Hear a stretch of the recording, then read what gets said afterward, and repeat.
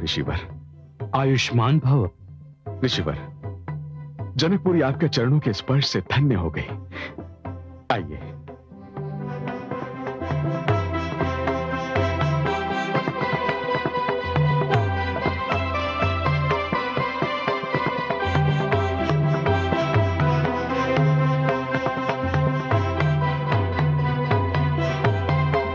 पधारिए। विराजिए ऋषिवर।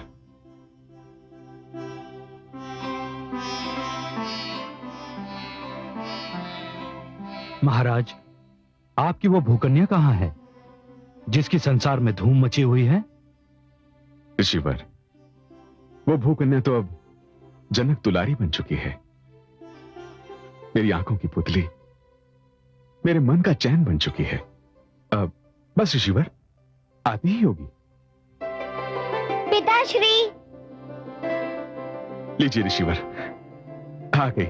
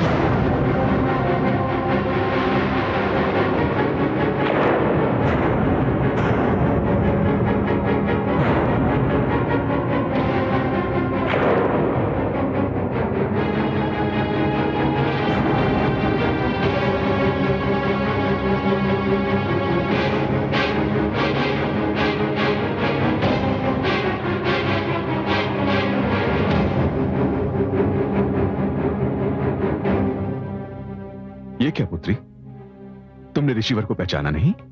ना पहचाना होता तो मुख क्यों फेर लेती? तुम्हें अवश्य ही कोई भ्रम हो रहा है राजकुमारी। मुझे कोई भ्रम नहीं हुआ है। आप गौतम ऋषि है ना?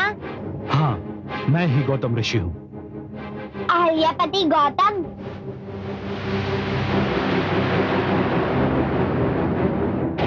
वही ऋषि गौतम ना, जिन्होंने अपनी देवी समान पत्नी को श्राप देकर पत्थर में बदल दिया था।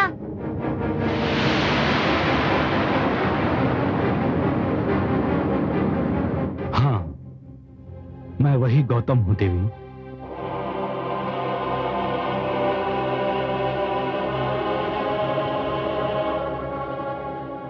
पुत्री, पुत्री ये मत भूलो कि ऋषिवर का समस्त संसार आदर करता है। करता होगा, परंतु मैं नहीं करूंगी। जिसने अपनी उस पत्नी पर अन्याय किया, जो पवित्र थी, पतिव्रता थी, चरित्रवती थी, मैं उसका आदर कैसे कर सकती हूँ? हे ऋषिवर, मैं आपसे पूछती हूँ, क्या आप वास्तव में देवी अहल्या को दोषी समझते हैं?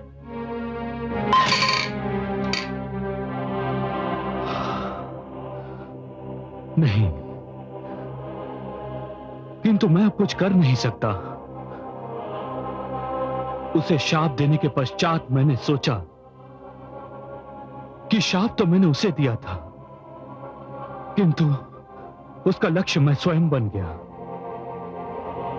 क्योंकि उस शाप को मैं लौटा नहीं सकता था। मेरा जीवन दुख और अकेलेपन की अग्नि में जलता रहा।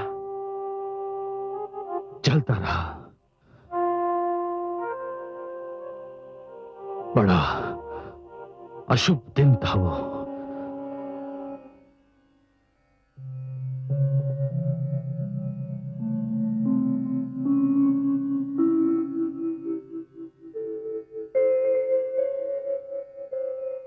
स्वामी,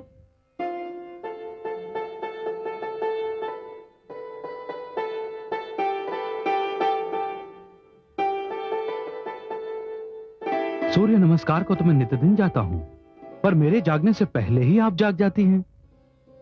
वो इसलिए स्वामी कि भोर होते ही सबसे पहले मैं आपका मुख देखूं, सूर्यदेव भी नहीं।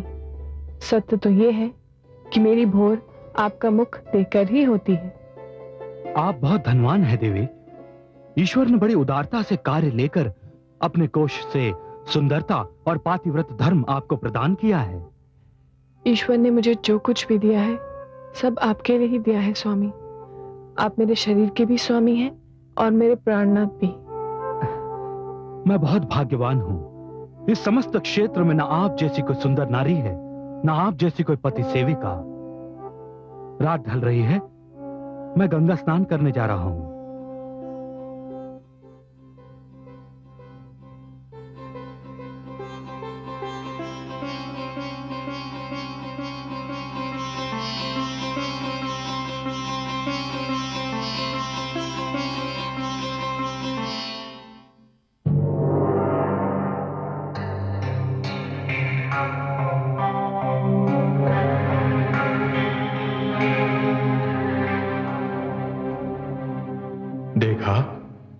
देखा आपने चंद्रदेव, कितनी सुंदर नारी है अहल्या,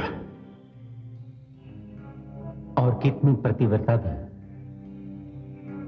जब से मैंने उसे देखा है मुझे किसी पल चैन नहीं। हर घड़ी उसकी सुंदर छवि मेरी आंखों में घूमती रहती है, घूमती रहती है। इंद्रलोक की सुंदरतम अप्सरा भी सुंदरता में उसकी तुलना नहीं कर सकती। किंतु देवराज, आप चाहते क्या हैं? मैं उसे पाना चाहता हूं। उसकी सुंदरता पर अपने प्रेम की पुष्पांजलि चढ़ाना चाहता हूं। उसके यौवन का रसपान करना चाहता हूं। तो फिर जाइए उसके पास और कह दीजिए अपने मन की इच्छा। आप भी जान लेंगे कि वो क्या है। नहीं चंद्रदेव, नहीं। मैं जानता हूं वो क्या है। यदि मैं उसके पास पहुंच गया तो मुझे ज्ञात है वो क्या करेगी। तो आप क्या करेंगे? भूल जाइए उसे। उसे भूल पाना मेरे वश की बात नहीं है। तो क्या उसे पा लेना आपके वश में है? हां, यदि तुम मेरी सहायता करो तो। मैं क्या कर सकता हूं? तुमने देखा है कि ऋषि गौतम तुम्हारे क्षितिज से हटते ही सूर्यदेव के दर्शन को अपने आश्रम से निकलता है। देवराज, वो सब तो मैं देख चुका हूं। आपका उद्देश्य क्या है? तुम्हें कल अपने क्षितिज से हटने के निर्धारित समय से पहले कुछ समय के लिए आकाश से लुप्त होना होगा। यह आप क्या कह रहे हैं? आप करना क्या चाहते हैं? जो मैं कह रहा हूं वो करो, शेष मुझ पर छोड़ दो। मैं क्या करता हूं तुम स्वयं देख लोगे। मैं केवल यह चाहता हूं कि ऋषि गौतम तुम्हें आकाश में न पाकर यह समझे कि भोर होने वाली है। और फिर हे देवराज, एक बार आप फिर सोच लीजिए। जो आप करना चाहते हैं वो उचित भी है अथवा नहीं। चंद्रदेव, अहल्या की सुंदरता ने मुझे उचित अनुचित से बहुत दूर कर दिया है। तुम वो करो जो मैं कह रहा हूं। परंतु देवराज, यह हमारा आदेश है। जो आज्ञा।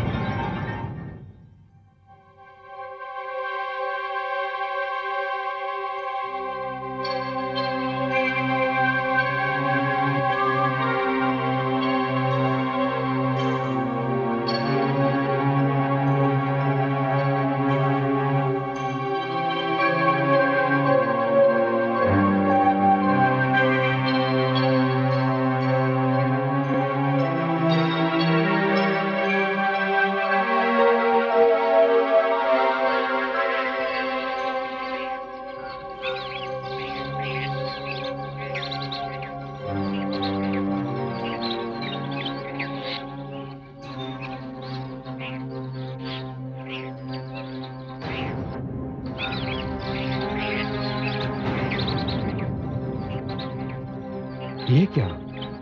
भोर हो गई और आज मेरी आंख नहीं खुल पाई।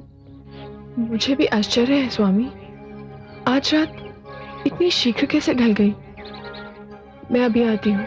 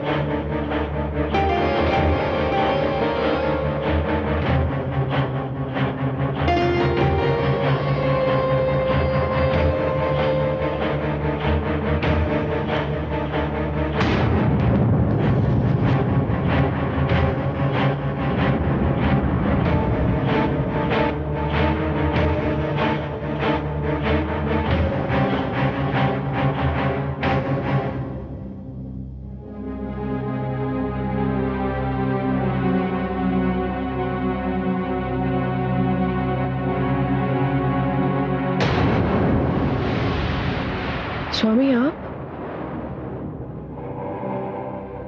आप आज इतना शीघ्र लौट आए? क्या आप सूर्य नमस्कार के बिना ही लौट आए? हाँ। क्यों?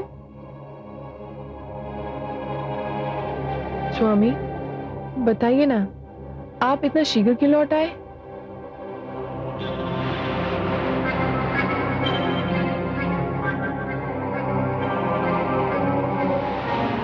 सूर्यदेव के दर्शन को जाते जाते मुझे आपके मुखचंद्र का ध्यान आ गया। मैं विचलित हो उठा। मेरे मन ने कहा कि यदि मैंने लौटकर आपके मुखचंद्र के दर्शन नहीं किए तो कदाचित सूर्यदेव भी मेरी पूजा स्वीकार नहीं करेंगे। स्वामी, यह आज आपको क्या हो गया है? ये आप कैसी बातें कर रहे हैं? आपने तो अपनी सारी इंद्रियों को अपने वश में कर लिया है। मेरा संयम टूट गया है देवी। आपके स्मरण ने मुझे सब कुछ भुला दिया। आपकी सुंदरता, आपके यौवन ने मुझे सब कुछ भुला दिया। मुझे और व्याकुल ना कीजिए। अपने अधरों की मदिरा से मेरी प्यास बुझा दीजिए।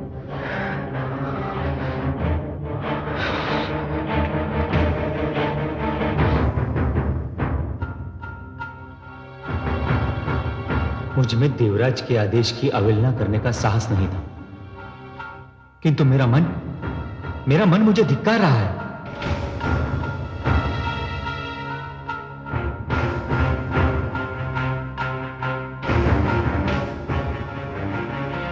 बहुत समय बीत गया है, अब मुझे लौटना होगा।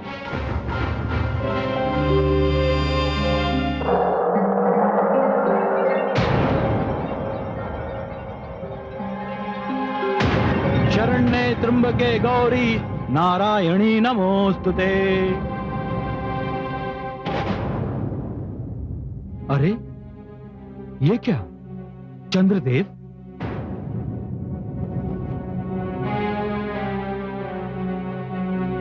माता गंगा तो अभी तक सो रही है। रात्रि अभी शेष है, परंतु ये चंद्रदेव कहां लुप्त हो गए थे? अभी तो सूर्योदय में विलंब है। मुझे आश्रम लौट जाना चाहिए।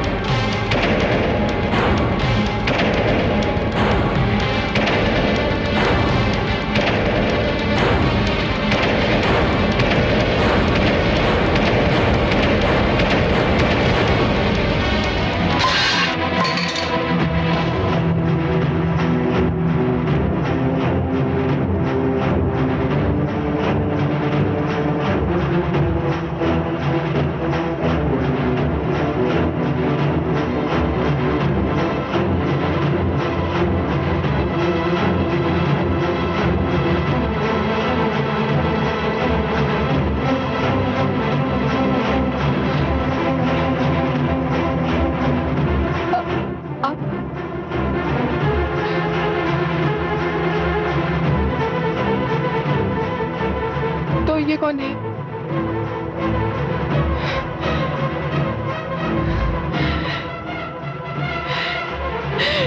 ईश्वर,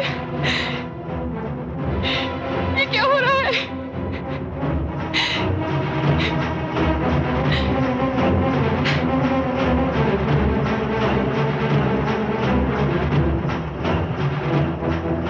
दुष्ट, कौन है तू? अपना वास्तविक रूप दिखा मुझे। तो ये तू है इंद्र?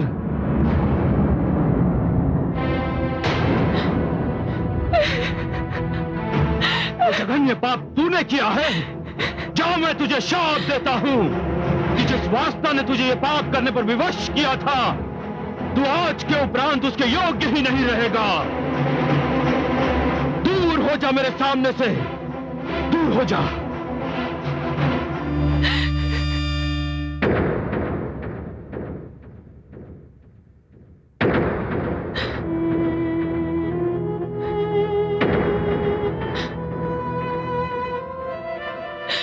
नहीं स्वामी, इतनी कठोर दृष्टि से मुझे मत देखिए। मैं निर्दोष हूं। नहीं, तूने इंद्र के जघन्य पाप में उसका सहयोग दिया है। वो आपका वेश धारण कर आया था, मैं समझी आप ही हैं। किंतु वो मैं नहीं था। अब तो ये तू जान चुकी है। मैंने जीवन भर आपकी सेवा की है। इस एक क्षण ने तेरे सारे जीवन की सेवा पर पानी फेर दिया। मुझे क्षमा कर दीजिए स्वामी, मुझे क्षमा कर दीजिए, मुझे क्षमा कर दीजिए स्वामी। क्षमा कदापि नहीं। तेरा शरीर अपवित्र हो चुका है, तेरी आत्मा अपवित्र हो चुकी है। जाओ, मैं तुझे शाप देता हूं। इसी क्षण तू पत्थर बन जा।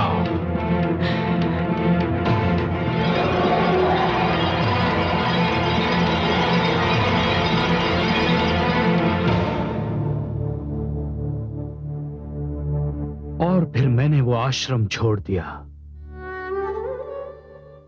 वो स्थान छोड़ दिया, वो नगरी छोड़ दी। और अहिल्या का ध्यान भी?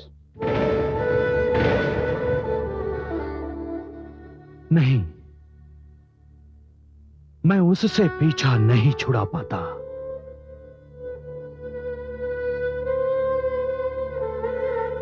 मैं आपसे एक प्रश्न पूछती हूँ ऋषिवर।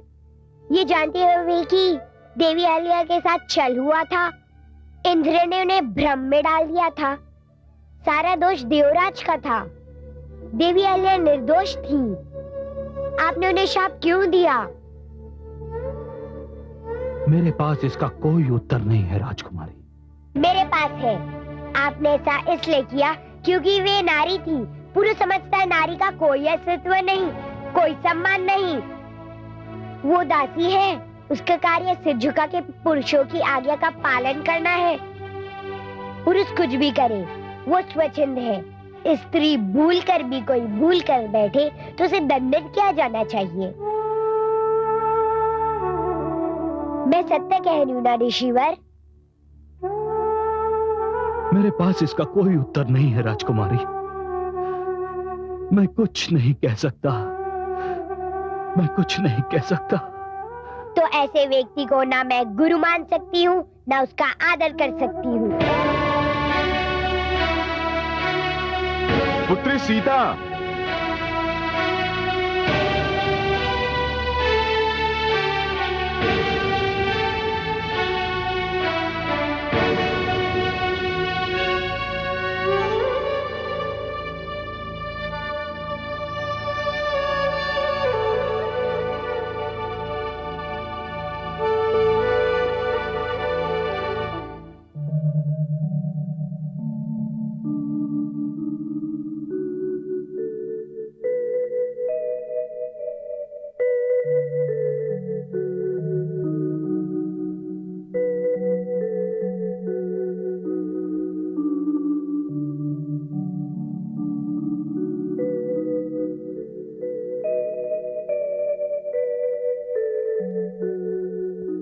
स्वामी,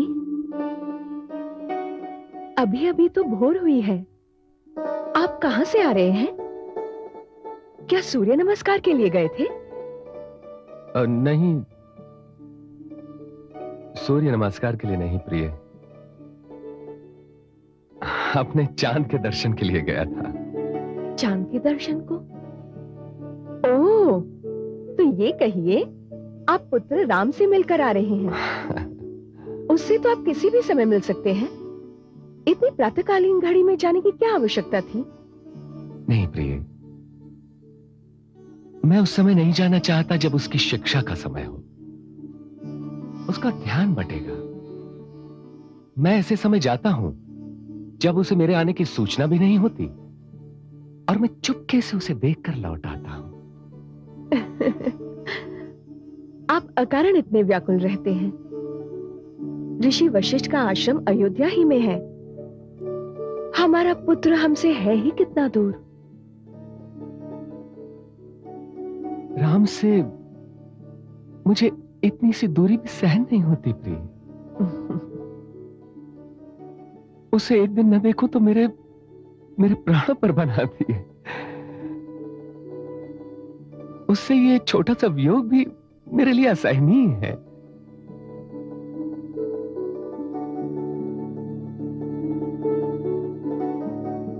प्रिय,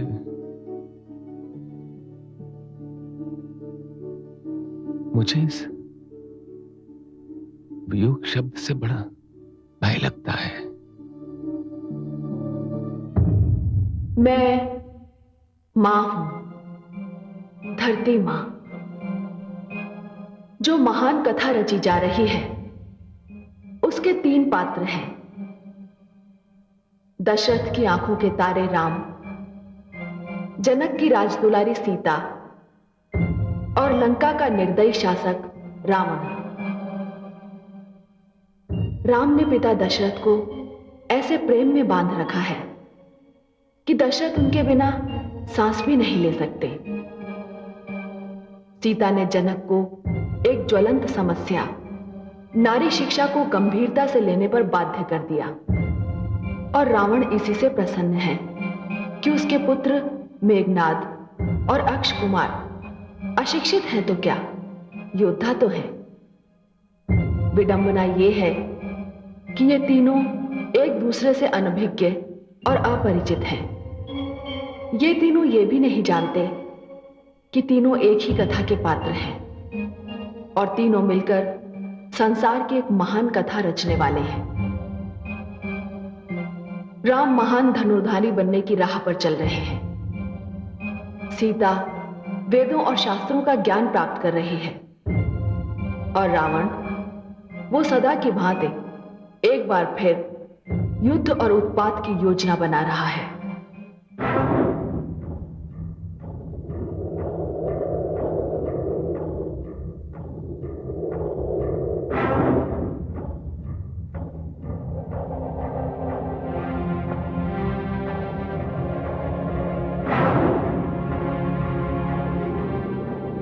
आइए मामाश्री, आओ पुत्रों। मैं तुम्हारी ही प्रतीक्षा कर रहा था। मैं आप सबसे एक परामर्श करना चाहता हूं। तुम्हें हमसे किस विषय में परामर्श चाहिए वत्स? नानाश्री, मैंने देवलोक पर असुरों की विजय पताका फहरा दी और देवताओं को बता दिया कि मैं रावण हूं। और अब मैं मानव लोक को भी बताना चाहता हूं कि मैं रावण हूं। मैं रावण हूं नानाश्री, रावण।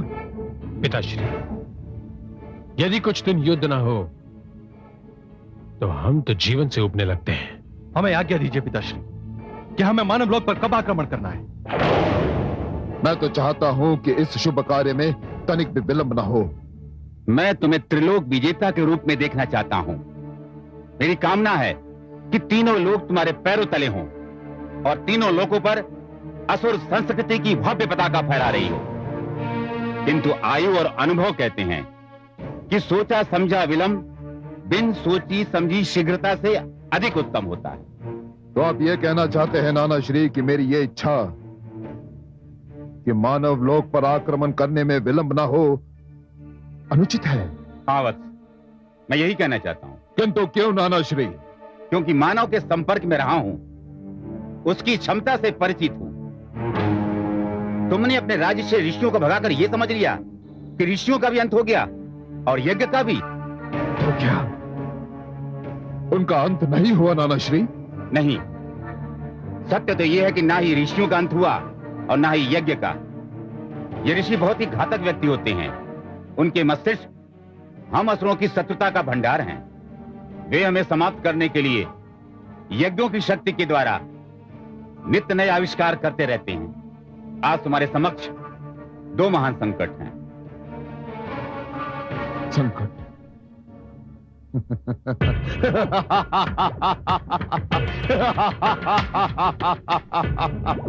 मेरे लिए संकट? लंकापति रावण के लिए, स्वर्गाधिपति रावण के लिए? नानाश्री, मैं स्वयं संकट हूं। कदाचित तुम अयोध्या के राजा दशरथ को भूल गए। उसे कैसे भूल सकता हूं मैं? उसे कैसे भूल सकता हूं मैं नानाश्री? उसे कैसे भूल सकता हूं मैं? मुझे उससे अपनी पराजय का प्रतिशोध लेना है और यह प्रतिशोध मैं लूंगा। अब तो मेरी शक्ति दुगनी हो गई है नानाश्री, क्योंकि मेरे पास दो योद्धा पुत्र हैं। तुम्हारे दो पुत्र हैं तो दशरथ के भी चार पुत्र हैं। वे चारों भी महान योद्धा बनने की तैयारी कर रहे हैं। विशेषकर राम। राम तो तुम्हारे लिए महान संकट सिद्ध हो सकता है।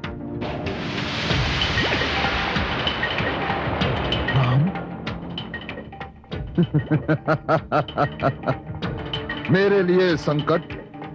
लंकापति रावण के लिए? नानाश्री, आप चिंता न करें, मैं उसे भी देख लूंगा।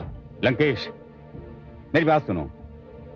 दशरथ के पुत्रों के बड़े होने में अभी समय है, किंतु इस क्षण तो तुम्हारे लिए महान संकट विश्वामित्र खड़ा कर सकता है। विश्वामित्र? कौन विश्वामित्र? वही विश्वामित्र जिसने तुम्हारे राज्य से भागे हुए ऋषियों को अपने आश्रम में आश्रय दिया है। वो यज्ञ द्वारा ऐसे शस्त्रों का आविष्कार कर रहा है जो समस्त असुर लोक को भस्म कर सकते हैं। कैसे शस्त्रों का आविष्कार कर रहा है वो? ये तो मैं नहीं जानता, किंतु वो महान वैज्ञानिक है और मैं इतना जानता हूं कि वो कोई विशेष शस्त्र बना रहा है। पुत्र मेघनाद। जी पिताश्री। शीघ्र उस विश्वामित्र के आश्रम में जाओ और पता लगाओ कि वो कैसे अस्त्र बना रहा है। जाओ, शीघ्र जाओ। जो आज्ञा पिताश्री।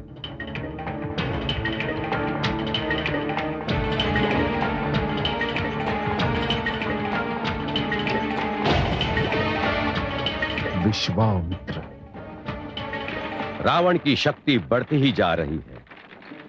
उसने देवलोक पर विजय पा ली है, देवताओं को बंदी बना लिया है। मैं जानता हूं और आप सभी जानते हैं कि उसका अगला पग मानव लोक की ओर होगा। वो मानव संस्कृति का विध्वंस करके असुर संस्कृति की पताका फहराना चाहता है।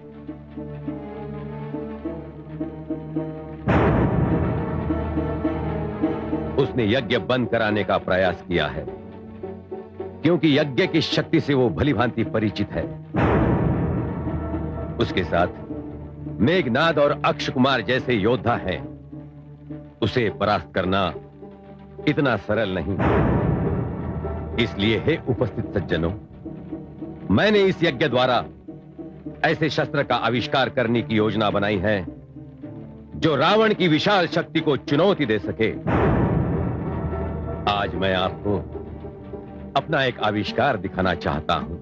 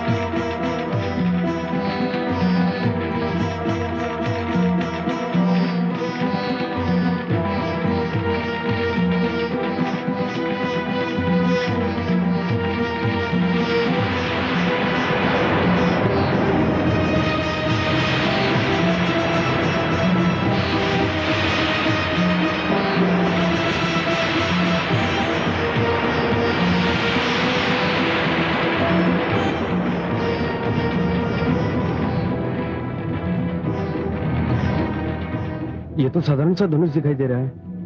क्या हम इससे रावण की विशाल सेना का सामना कर पाएंगे?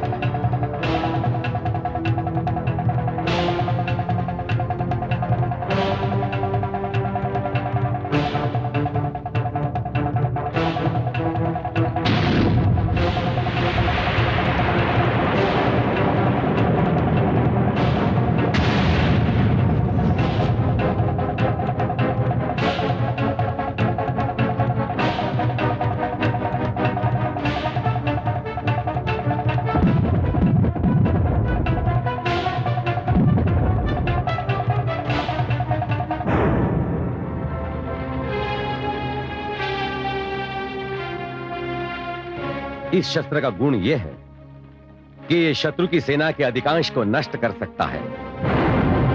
मेरी योजना यह है कि मैं मानव संस्कृति की रक्षा के लिए ऐसे कई शस्त्र बनाऊंगा, किंतु ये सभी शस्त्र केवल यज्ञ द्वारा ही प्राप्त हो सकते हैं।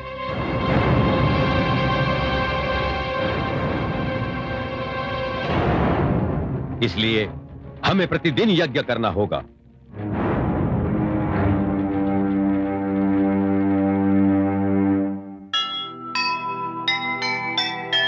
ज्योति जली तो हो गया अंधकार भयभीत, डरता है अज्ञान अब ज्ञान न जाए जीत। मूर्ख क्या जाने भला क्या होगा परिणाम, जीत मिलेगी ज्ञान को जब आएंगे राम, जब आएंगे राम। अशुभ समाचार, अशुभ समाचार, बहुत अशुभ समाचार। मैं तो संतुष्ट था कि ऋषि और उनके दुष्टता का अंत हो चुका है, किंतु ये षड्यंत्रकारी विश्वामित्र। मैंने कहा था ना वत्स, विश्वामित्र तुम्हारे लिए पहला और सबसे महान संकट है। अब मुझे कुछ करना होगा,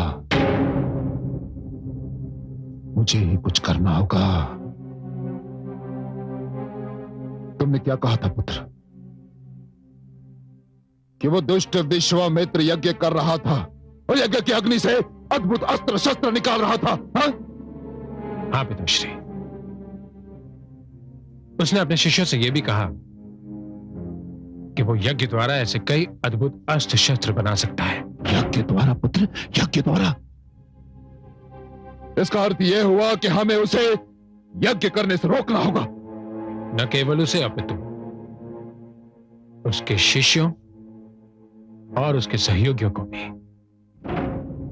नहीं तो हम और हमारी लंका।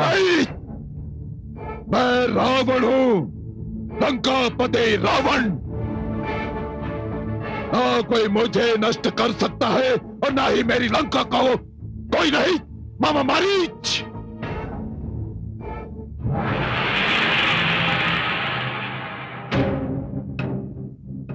प्रणाम मामा श्री।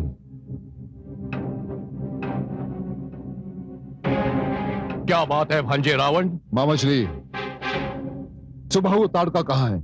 वो सदैव वो मेरे साथ रहते हैं, इस समय भी मेरे साथ है।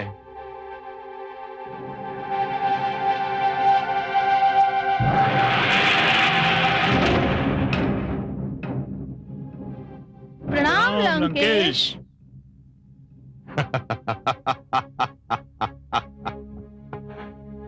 अब कहो भांजे, क्या बात है? मामा श्री, मुझे आपकी सहायता चाहिए। समझो मिल गई, कार्य बताओ। मामा,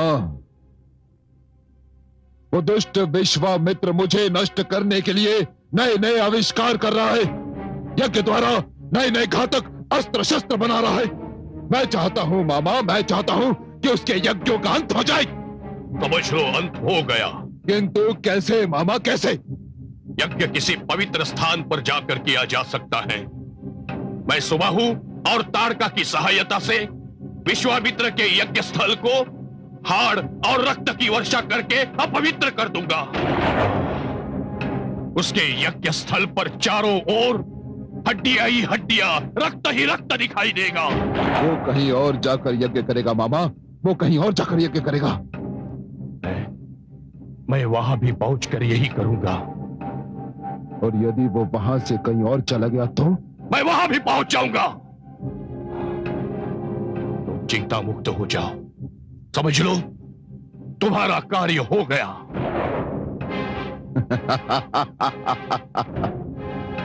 मामा श्री, आपने मुझे प्रसन्न किया। मुझे आपसे यही आशा थी।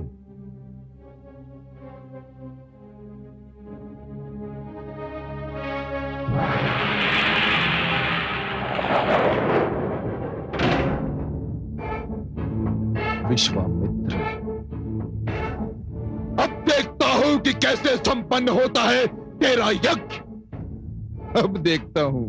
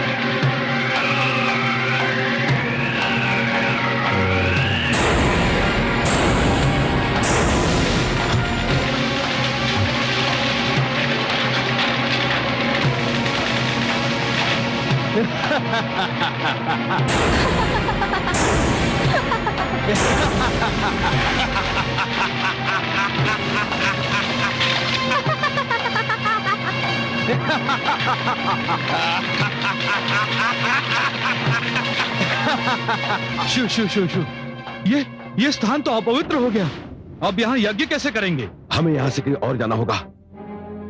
ये स्थान तुरंत छोड़ना होगा। चलो चलिए।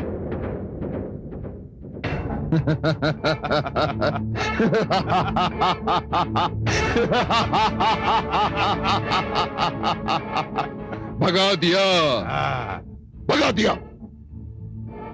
जुग जुग जियो मामा श्री, जुग जुग जियो। आपने मेरे शत्रु को भगा दिया, उसकी यज्ञशाला को अपवित्र कर दिया। मैं प्रसन्न हूं, अति अति अति प्रसन्न हूं मामा श्री। मैं सुबाहु पर प्रसन्न हूं, मैं ताड़का पर प्रसन्न हूं। आप सबने पुरस्कार योग्य कार्य किया है। आप सबको पुरस्कार मिलेगा, एक महान पुरस्कार मिलेगा। नाना श्री, आप अब तो प्रसन्न हुए ना? प्रसन्न तो हूं वत्स, संतुष्ट नहीं हूं। क्यों नाना श्री?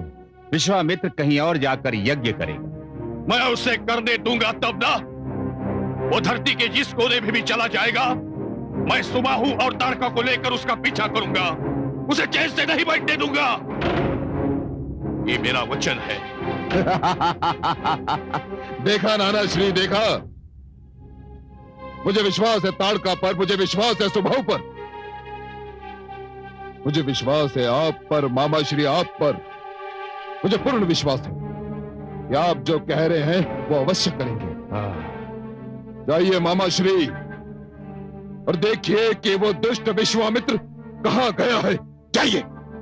जाता हूं, वो जहां भी होगा हम उसे ढूंढ निकालेंगे।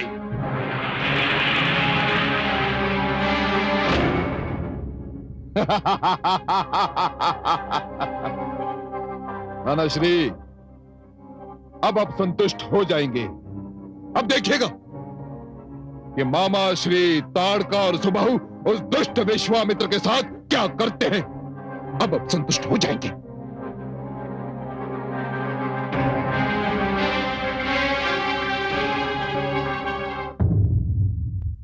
मैं मां हूं, धरती मां।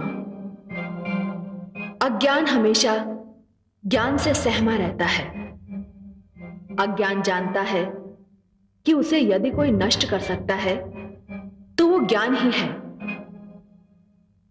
असुर शक्तिशाली हैं, मायावी शक्तियों से मालामाल हैं, किंतु ज्ञानी नहीं है। ज्ञानी होते तो असुर ही क्यों होते? रावण और समस्त असुर संस्कृति को ऋषि विश्वामित्र से नहीं, उनके ज्ञान से डर लग रहा है। यही कारण है कि रावण उन्हें अपने ज्ञान के प्रदर्शन का अवसर नहीं देना चाहता था। ऋषि विश्वामित्र मारीच, सुबाहु और ताड़का के आतंक के कारण कहीं भी टिक नहीं पा रहे थे। वे जहां भी जाते, जहां भी यज्ञ करते, दुष्ट आकर उस स्थान को अपवित्र कर डालते। ऋषि स्थान बदलते रहे। उन्होंने लगभग हर क्षेत्र के राजा से सहायता मांगी। राजाओं ने उनकी सहायता के लिए अपनी सेनाएं भी भेजी, किंतु कोई भी सेना मारीच, सुबाहु और ताड़का के आगे ठहर नहीं पाई। इन तीनों ने हर सेना का वध कर दिया। समय बीतता जा रहा था। ऋषि विश्वामित्र ने तंग आकर धर्म संसद की एक महान सभा का आयोजन किया।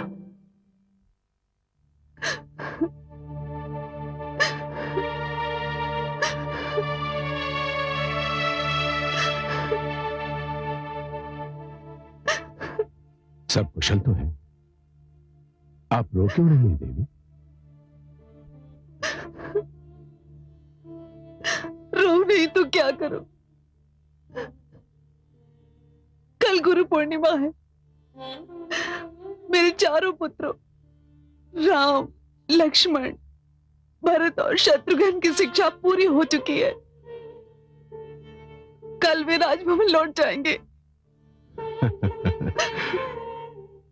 ये तो हर्ष की बात है देवी। वे अपने माता पिता से जा मिलेंगे। परंतु हमारा आश्रम तो सूना हो जाएगा। उन चारों के बिना मुझे कुछ भी अच्छा नहीं लगेगा। वे किसी और की संतान है देवी, और किसी और की संतान से इतना स्नेह नहीं करना चाहिए कि उसके बिछड़ने से दुख हो। और फिर वे बड़े भी तो हो चुके हैं। स्नेह पर अपना वश नहीं होता स्वामी। मैंने उनसे स्नेह किया,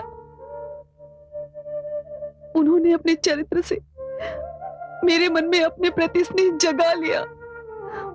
मैं क्या करूं?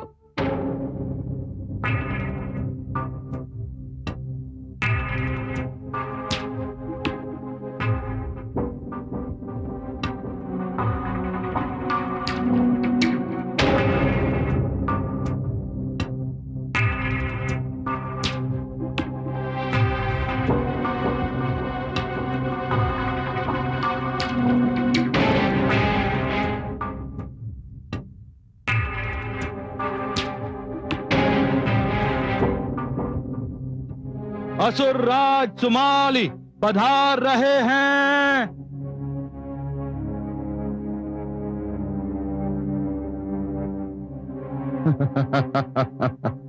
प्रणाम नानाश्री। नानाश्री, मुझे आशा है कि आप पाताल लोक से सफल होकर लौटे होंगे। मुझे खेद है लंकेश, तुम्हारी आशा निराधार है। पाताल लोक नरेश विद्युत जीवा तुम्हारा आधिपत्य स्वीकार करने से युद्ध भूमि में अपने प्राणों की तिलांजलि देना अधिक उत्तम समझता है। उसका इतना साहस नानाश्री, उसका इतना साहस। क्या वो ये नहीं जानता कि मैं रावण हूं? लंकापति रावण, स्वर्गाधिपति रावण। मैं उसकी इच्छा अवश्य पूर्ण करूंगा। उसे युद्ध भूमि में अपने प्राणों की तिलांजलि देनी होगी नानाश्री। राजकुमार अक्ष। आज्ञा पिताश्री। मैं चाहता था कि रक्तपात ना हो। मैं चाहता था कि पाताल लोक भी देवलोक विजेता रावण का आधिपत्य स्वीकार कर ले, किंतु ये पातालवासी मेरे हाथों मरना ही चाहते हैं, तो मैं क्या कर सकता हूं? राजकुमार अक्ष। आज्ञा पिताश्री। तुम एक विशाल सेना लेकर पाताल लोक जाओ और पाताल लोक का एक एक चिन्ह मिटा दो, एक एक चिन्ह मिटा दो। जो आज्ञा पिताश्री। ठहरो वक्त। क्यों नानाश्री? लंकेश, शूर्पणखा पाताल लोक में ठहर गई है, कहीं उसके प्राण संकट में न पड़ जाएं।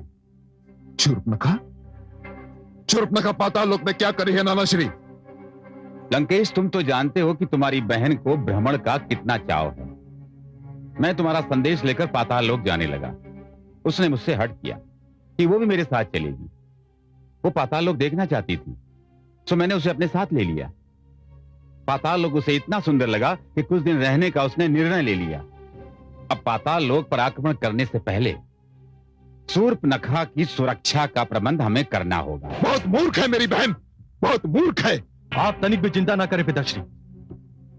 मैं पाताल लोक पर आक्रमण भी करूंगा और अपनी बुआ श्री पर कोई विपत्ति भी नहीं आने दूंगा। आप केवल मुझे आक्रमण की आज्ञा दे पिताश्री। नहीं पुत्र,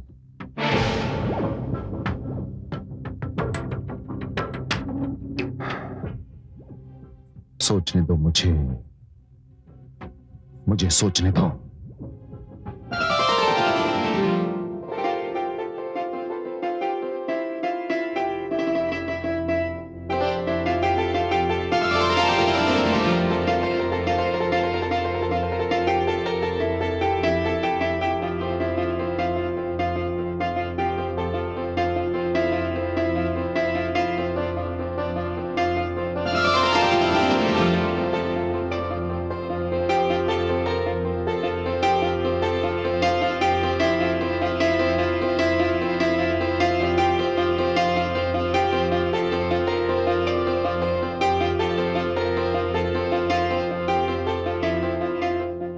देवी शूर्पणखा,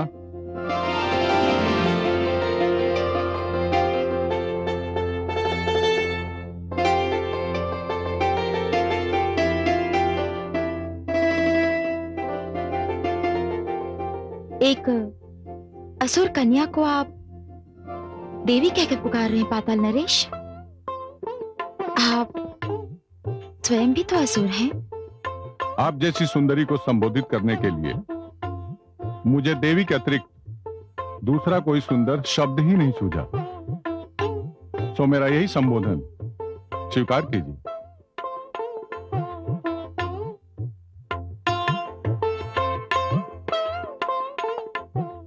आपको स्वीकार करना ही होगा देवी।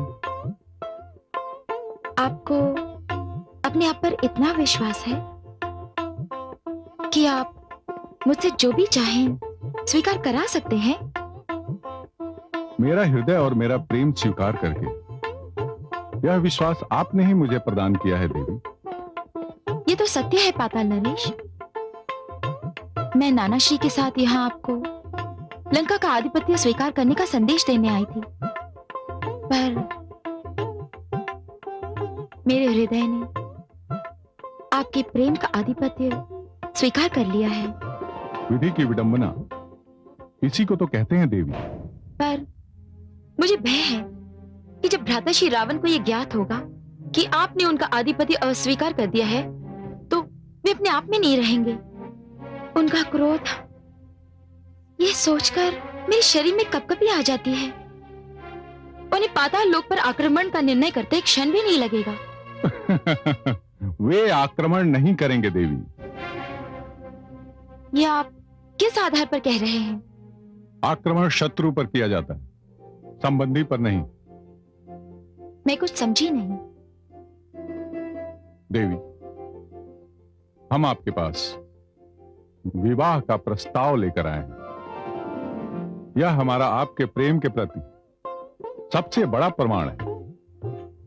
आपने हमारे मन पर अधिकार तो कर लिया है देवी, अब हमारे जीवन पर भी अधिकार कर लीजिए।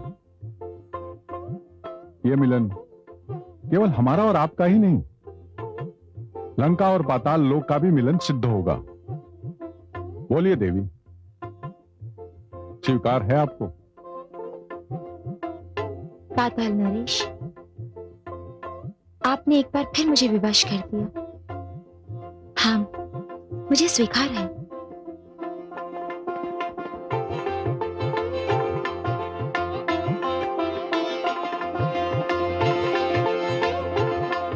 पाताल नरेश की जय हो।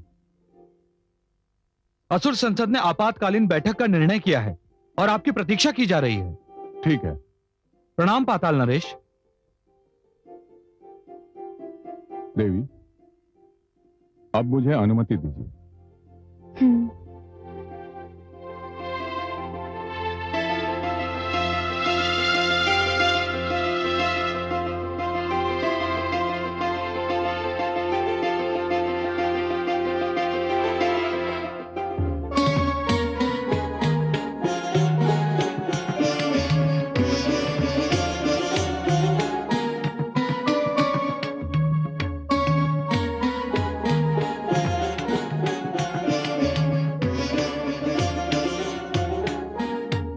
आप जानबूझकर अग्नि से खेल रहे हैं पाताल नरेश।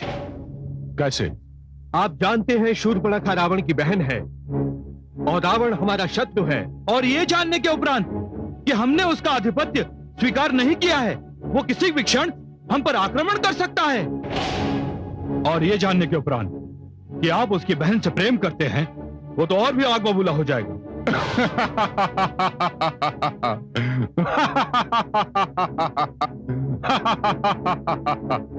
मैं जो कुछ भी कर रहा हूं, रावण के क्रोध की अग्नि को बुझाने के लिए ही कर रहा हूं। अर्थात? मैंने कुमारी शूर्पणखा के सम्मुख विवाह का प्रस्ताव रखा है और उन्होंने उसे मान भी लिया है। ये तो और बुरा होगा। नहीं, रावण को जब यह ज्ञात होगा कि मैंने उसकी बहन से विवाह कर लिया है, तो वह आक्रमण का निर्णय छोड़ देगा। कौन भाई अपनी चहेती बहन को विधवा बनाना चाहेगा? और मैं अपनी कूटनीति से पाताल लोक को बचा लूंगा।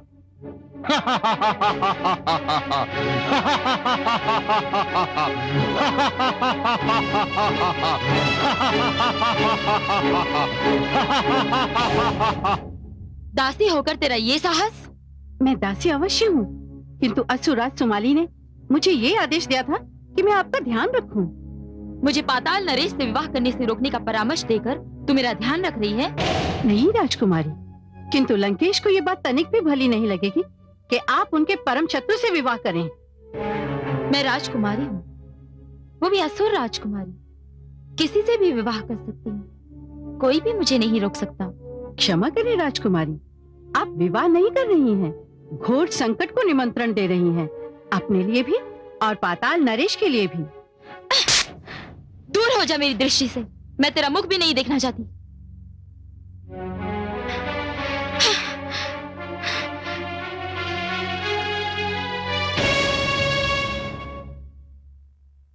पिताश्री, तो क्या निर्णय किया आपने? नानाश्री, शूर्पणखा को वापस लाने के लिए किसी प्रतिष्ठित व्यक्ति को पाताल लोक भेजने का प्रबंध करें। और तुम जैसे ही शूर्पणखा लंका में प्रवेश करेगी, तुम पाताल लोक पर। प्रणाम लंकेश। तुम? मेरी बहन कहाँ है? वो किसी संकट में तो नहीं? बोल, कहाँ है वो? वो पाताल लोक में ही है लंकेश। तो फिर तू उसे छोड़कर यहाँ क्यों चली आई? मैं चली नहीं आई लंकेश, राजकुमारी ने मुझे वहां से निकाल दिया। निकाल दिया? क्यों? इसलिए क्योंकि मैंने उन्हें पाताल नरेश विद्युत से विवाह करने से रोका था।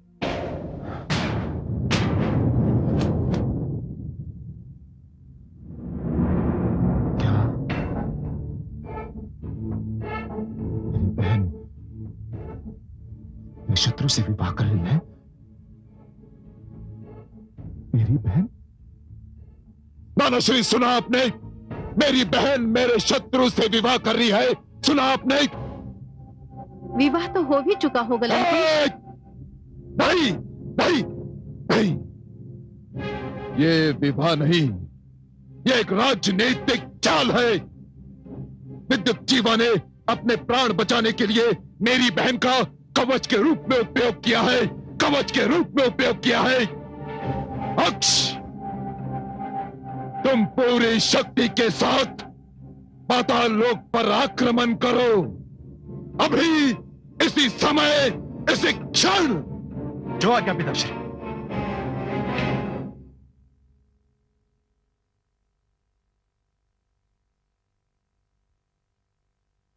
शूर्पणखा, देवी शूर्पणखा, शूर्पणखा। क्या बात है स्वामी, आप बहुत चिंतित लग रहे हैं। एक अशुभ समाचार है। लंकेश ने पाताल लोक पर आक्रमण का आदेश दिया है। अब क्या होगा? ये सूचना उन्हें शीघ्र, अतिशीघ्र मिल जानी चाहिए कि हमारा विवाह हो चुका है। विलंब किए बिना किसी को लंका भेज दीजिए। किसी को नहीं, मैं स्वयं जाऊंगा। तब तो मैं भी आपके साथ चलूंगी। ये तो बहुत उत्तम होगा कि हमको देखकर न केवल उनका क्रोध शांत हो जाएगा, वे प्रसन्न भी हो जाएंगे।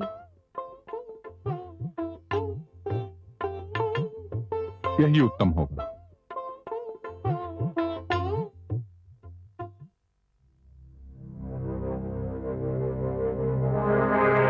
राजकुमार की जय, राजकुमार की जय, राजकुमार की जय, राजकुमार की जय, राजकुमार की जय।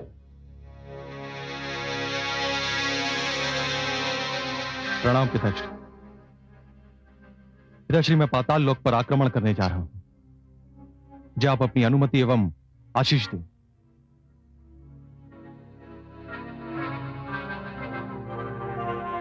विजयी भव पुत्र। पुत्र, ध्यान रहे, विद्युत जीवा ने मेरे आदेश की अवहेलना की है। से जीवित बंदी बनाकर मेरे सम्मुख प्रस्तुत करना, ध्यान रहे। इसकी कोई आवश्यकता नहीं है लंकापति।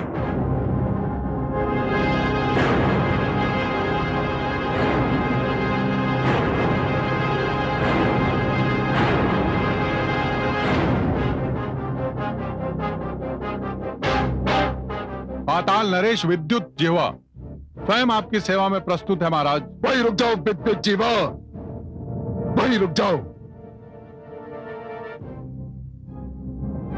यह लंकापति रावण का दरबार है। यहां वायु को भी प्रवेश करने के लिए रावण की अनुमति लेनी पड़ती है। और तुम तो अपराधी हो। जब काल का भय सताने लगा तो आत्मसमर्पण करने चले आए। हाँ? मैं मैत्री का संदेश लेकर आया हूं लंकापति।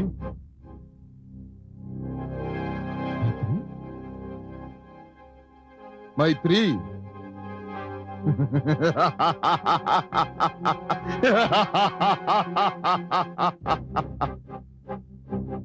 श्रीगाल और मेरे राज में मैत्री, काल और महासागर में मैत्री,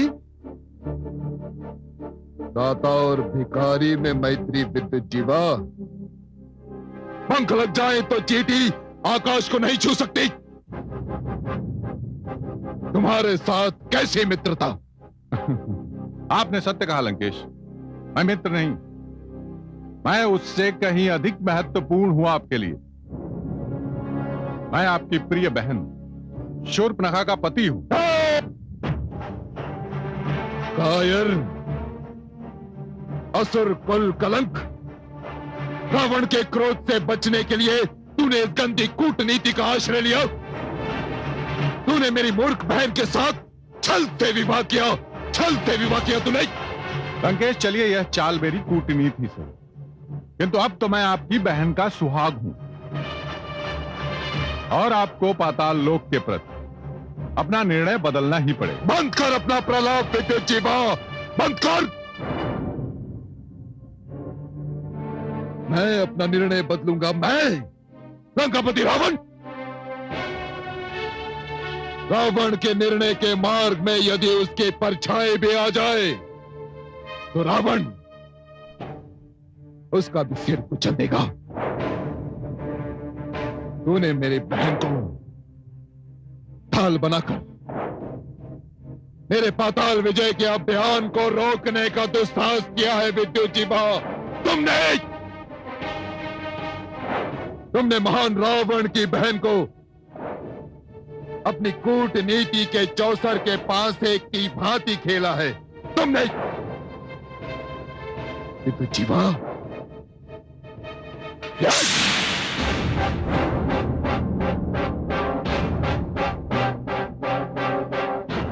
विद्युत जीवा, मैंने तुम्हारे लिए मृत्यु दंड निर्धारित कर दिया है। नहीं लंकेश, लंकेश, मैंने शूर्पणखा से विवाह किया, उसे मैंने पाताल लोक की महारानी बनाया। तुमने शूर्पणखा से विवाह किया है, किंतु उसने एक शव से विवाह किया है। नहीं लंकेश, आप उपहास कर रहे हैं। संसार का कोई भी भाई अपनी बहन का सुहाग नहीं उजाड़ सकता। विद्युत जीवा, मैं संसार का कोई भी भाई नहीं हूं, मैं रावण हूं, लंकापति रावण, स्वर्गाधिपति रावण।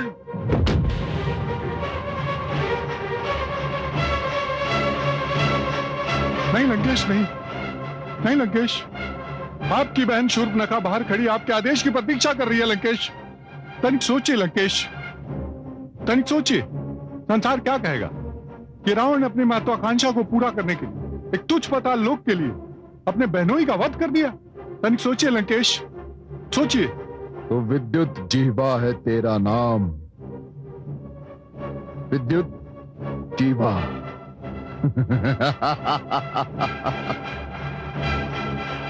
किंतु आज तेरी जीवा से निकला हुआ कोई भी शब्द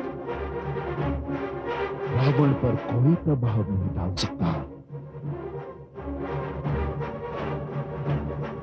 स्मरण है तुझे? मैंने अपने नाना श्री सोमाली के हाथों संदेश भिजवाया था कि पाताल लोक पर मेरा आधिपत्य स्वीकार कर लो, किंतु तूने मेरा आदेश ठुकराकर अपनी मृत्यु का दिन निश्चित कर लिया था विद्युत जीवा। नहीं लंकेश, तूने मेरी बहन के साथ छल से विवाह करके उसका जीवन नष्ट करने का दुस्साहस किया है, वो भी मेरी बहन के साथ, लंकापति रावण की बहन के साथ। तुझ जैसे पात्र किसी दया, किसी क्षमा के योग्य नहीं विद्युत जीवा। यदि तुझ जैसे कायर असुर कुल में जन्म लेने लगे जो स्त्रियों का दुरुपयोग करते हैं, तो हम असुर देवताओं की सत्ता कभी समाप्त नहीं कर पाएंगे। इसलिए असुरों को तुझ जैसे कायर से और मेरी बहन को तुझ जैसे गिरगिट से बचाने के लिए तेरा वध आवश्यक है विद्युत जीवा। नहीं लंकेश, आवश्यक है। लंकेश क्षमा।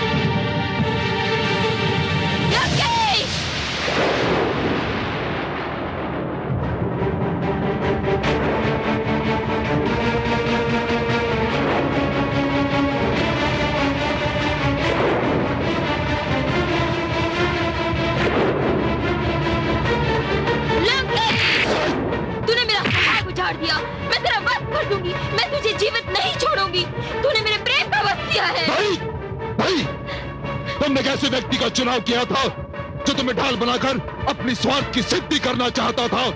वो केवल अपने पाताल लोक का सिंहासन बचाना चाहता था और कुछ नहीं।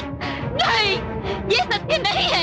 यही सत्य है, यही सत्य है शूर्पणखा, यही सत्य है। उसने सारे दरबार के समक्ष स्वीकार कर लिया था कि वो तुम्हें अपनी कूटनीति का मोहरा बना रहा था। मेरा पूरा दरबार साक्षी इस बात का। यही सत्य है।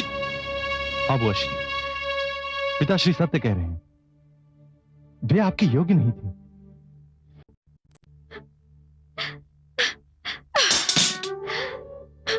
मुझसे ये कैसी भूल हो गई, कैसी भूल हो गई।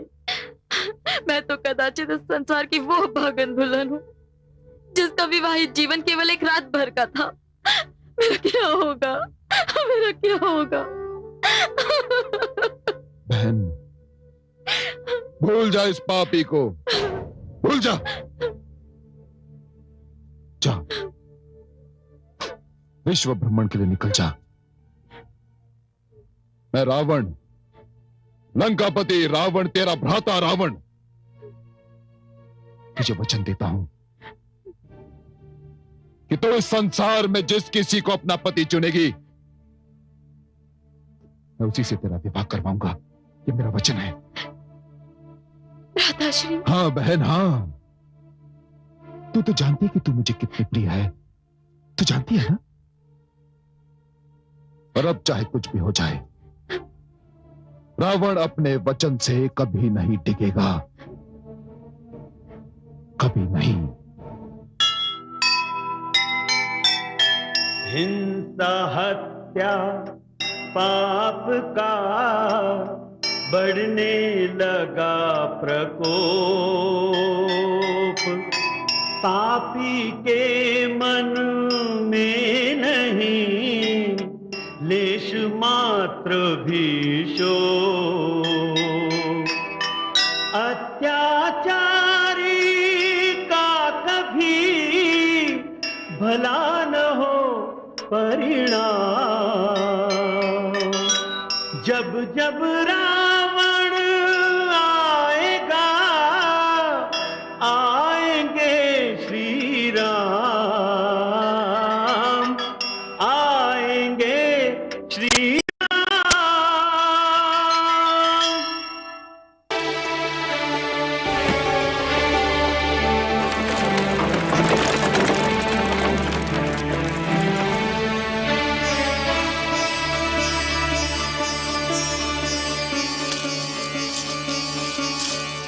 महामंत्री सुमंत आए।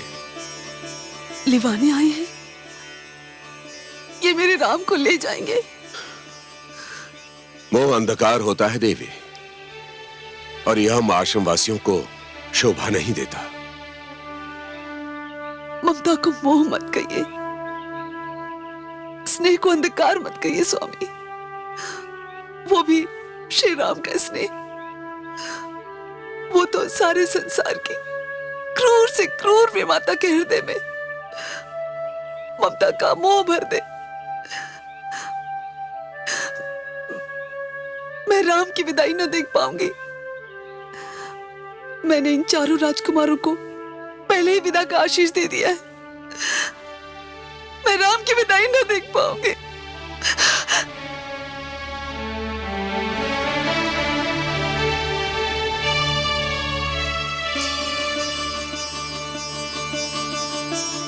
कुलगुरु, सुमंत का प्रणाम स्वीकार कीजिए। कल्याणम मस्तु। महामंत्री सुमंत, 4 राजकुमारों के लिए इतने अधिक वस्त्राभूषण?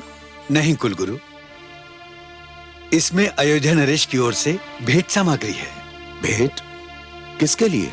आपके लिए, माता अरुंधति के लिए कुलगुरु। हमारे लिए भेंट क्यों महामंत्री सुमंत? कुलगुरु, आज गुरु पूर्णिमा है। परंपरा अनुसार शिष्य अपनी ओर से गुरु को आज कुछ भेंट देता है। वो भेंट तो मैं अपने शिष्य राम से ही स्वीकार करूंगा महामंत्री। किंतु राम तो आश्रमवासी हैं, वे आपको क्या देंगे? महामंत्री, आप कहते हैं कि राम मुझे क्या देंगे? यदि राम नहीं देंगे तो फिर कौन देगा? वे तो आदित्य हैं, सूर्य है। वो सूर्य जिसके दर्शन मात्र से अंधकार छंट जाता है और रात्रि समाप्त हो जाती है। आपने तो मुझे निरुत्तर कर दिया कुलगुरु। इस समय आप हम गुरु और शिष्य के बीच में जो आ गए महामंत्री। आप चारों राजकुमारों के वस्त्राभूषण ले जाकर उनके निवास पर छोड़ दीजिए और शेष भेंट सामग्री महाराज दशरथ को सधन्यवाद लौटा दीजिए। मैं उसे स्वीकार नहीं करूंगा। कुलगुरु, मेरा निवेदन है कि आप इसे अपने आश्रम कोष में संग्रह कर लीजिए। संग्रह कर लूं? धन का संग्रह? मैं धन को जोड़ने लगूं महामंत्री सुमंत? सुमंत, राजा, मंत्री और गुरु को धन संग्रह का लोभ कदापि नहीं करना चाहिए। यदि राजा धन का संग्रह करता है तो उसकी प्रजा निर्धन हो जाएगी। यदि मंत्री धन का संग्रह करता है तो व्यवस्था में भ्रष्टाचार व्याप्त हो जाएगा। और यदि गुरु धन का संग्रह करता है तो प्रजा अशिक्षित रह जाएगी। शिक्षा धनवानों की दासी बन जाएगी। और यह वशिष्ठ विद्या की देवी अपनी माता सरस्वती को दासी कदापि नहीं बनने देगा, कदापि नहीं। धन्य है ब्रह्मर्षि वशिष्ठ, आप धन्य हैं। क्या हुआ देवादिदेव? महादेवी, गुरु कैसा हो, गुरु की भावना कैसी हो, मैं उसके दर्शन कर रहा था। जब गुरु बृहस्पति हो तो उनके शिष्य देवतागण स्वर्ग के अधिकारी होते हैं, और यदि गुरु शुक्राचार्य हो तब भी उनके शिष्य दैत्य, राक्षस, दानव, पाताल के निवासी होते हैं। किंतु मेरे आराध्य श्री राम के गुरु तो वशिष्ठ ही हो सकते हैं।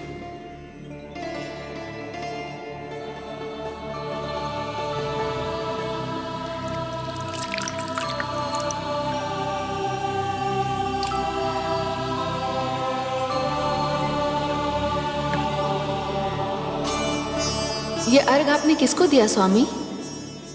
उन्हें जिन्होंने मानवता की व्याख्या करने के लिए मानव रूप में जन्म लिया है, जिन्होंने मानव अवतार धारण करके यह सिद्ध कर दिया है कि मानव सृष्टि की सर्वश्रेष्ठ रचना है। आज एक महान शिष्य अपना विद्यार्थी जीवन समाप्त करके एक महान गुरु से विदा लेने वाला है। महादेवी, आज मेरे राम गुरु पूर्णिमा के दिन अपने गुरु को क्या भेंट करेंगे, मैं इसकी प्रतीक्षा में हूं।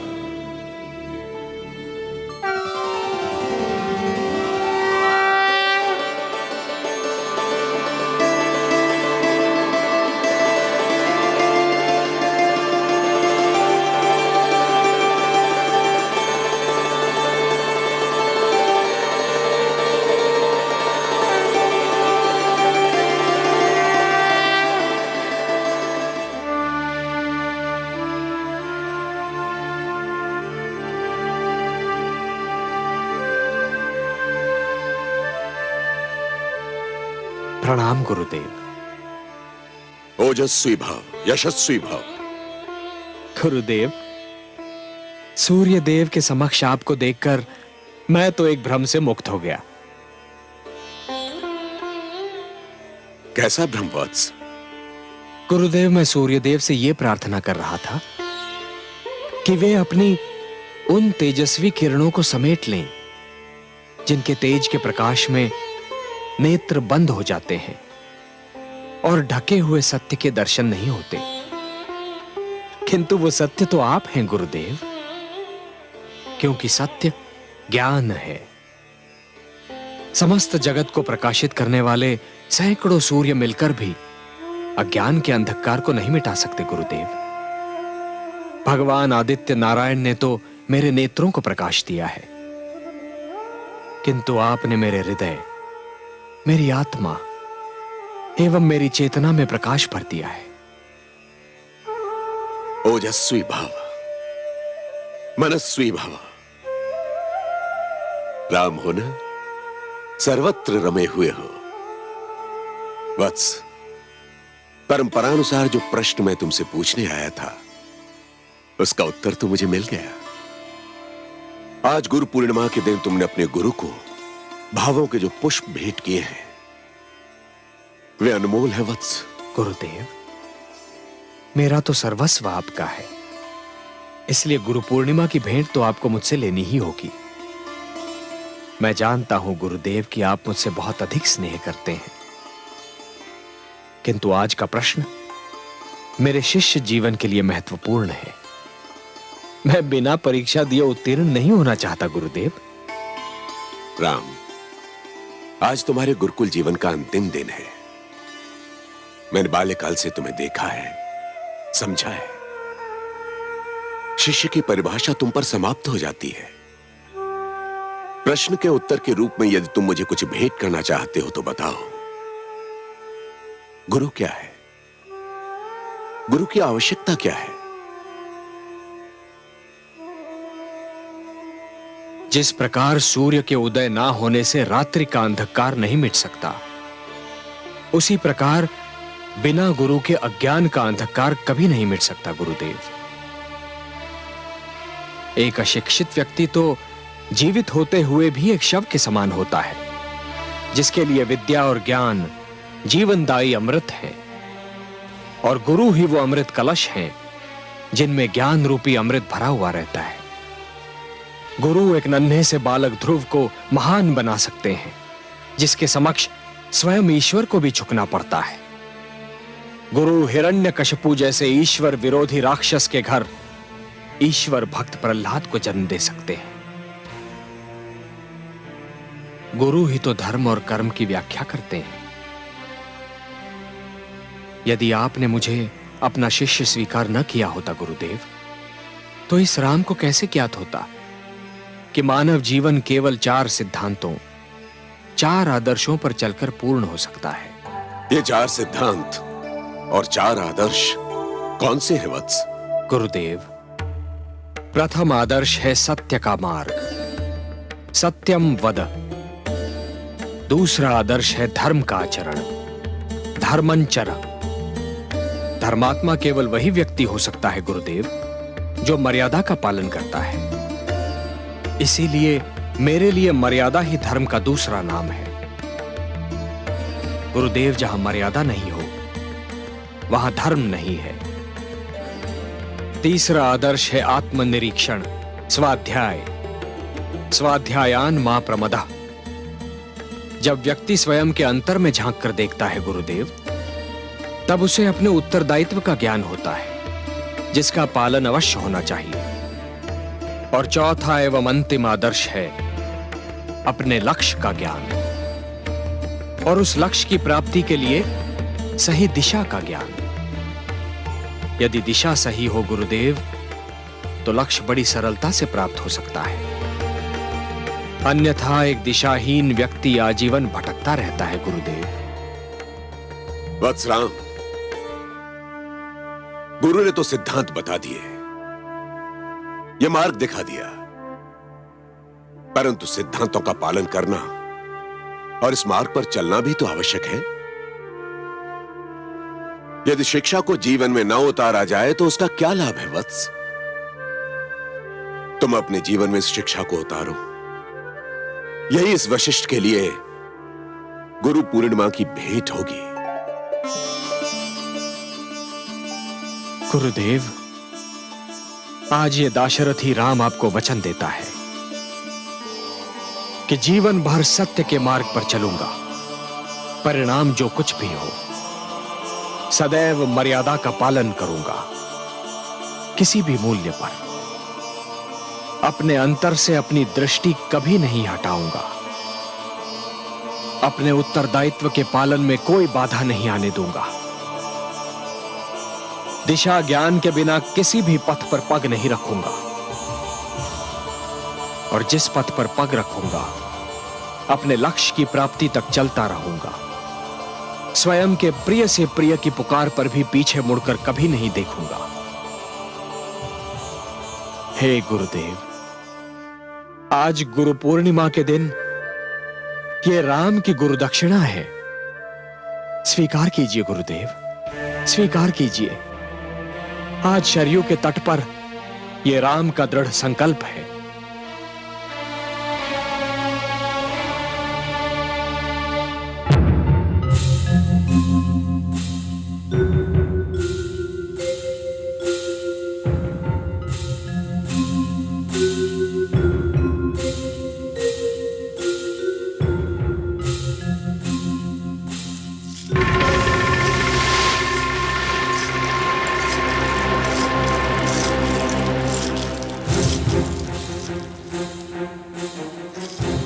प्रणाम माते। माते, आज आपका पुत्र रावण नहीं, आपका शिष्य रावण आपके चरण स्पर्श करने आया है। आप तो मेरी माता भी हैं और मेरी गुरु भी। पुत्र, दीर्घायु भव। आज कोई विशेष दिन है? हाँ माते, आज गुरु पूर्णिमा का दिन है।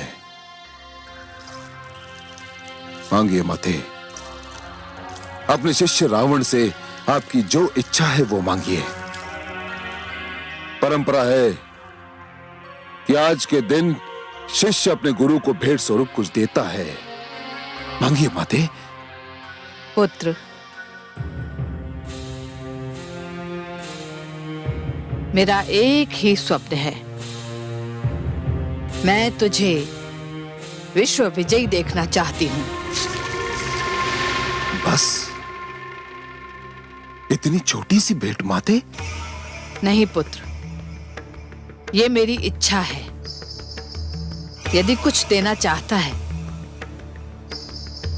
तो एक वचन दे दे। आज्ञा करे माते। पुत्र, आज के पश्चात गुरु पूर्णिमा की बात मेरे समक्ष कभी मत करना। मैं तुझ में तुम्हारे पिता के संस्कार देखती हूं तो भयभीत हो जाती हूं।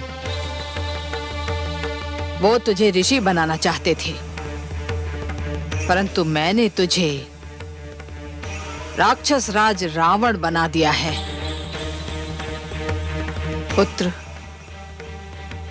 मानव दुर्बलता से अपने आप को दूर रखना, यही मेरी इच्छा है। तो ठीक है माते, आज के पश्चात आप ये शब्द मेरे मुख से कभी नहीं सुनेंगी, कभी नहीं। माते, मैं अपने पिता का पुत्र नहीं हूं, मैं तो अपनी माता का पुत्र हूं। मैं देवताओं और मानवों का घोर शत्रु हूं और सदैव रहूंगा। यह लंकापति रावण का वचन है आपसे माते।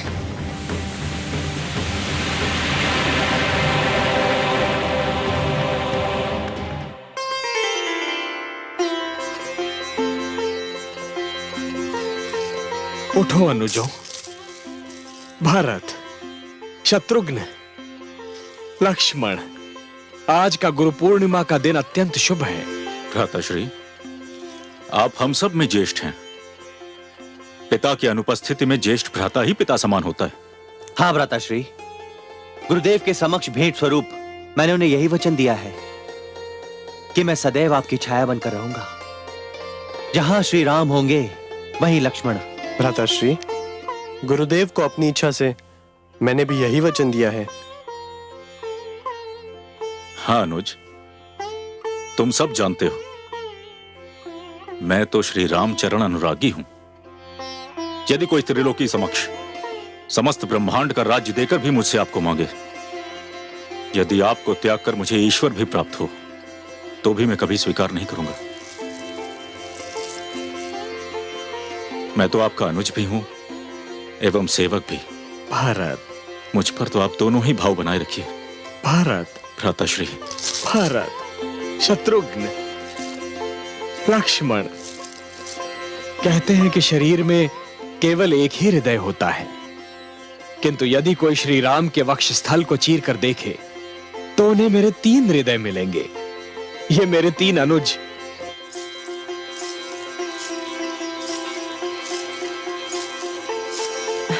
प्रणाम महाराज। प्रणाम धाय मां। अच्छा हुआ आप मिल गई। कृपया महारानी कैकई को सूचित कर दें कि हमारे चारों पुत्र राजभवन लौट रहे हैं। महाराज, ये तो बहुत ही शुभ समाचार है। आपको बहुत बहुत बधाई हो। मैं अभी जाकर महारानी को सूचित करती हूँ कि मेरे भरत राजभवन लौट रहे हैं। अभी जाकर सूचित करती हूँ।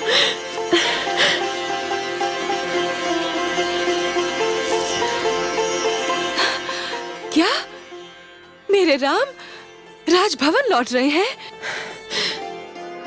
मैं तुम्हें भारत के लौटने की सूचना दे रही हूँ।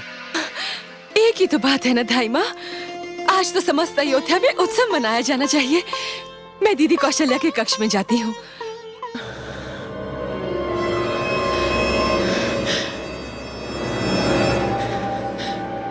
ये नहीं सुधरेगी।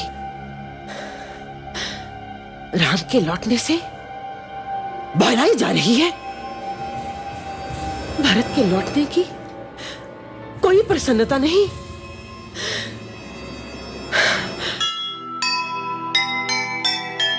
अपने सुत के प्रेम में सुध बुध दी बिसराए,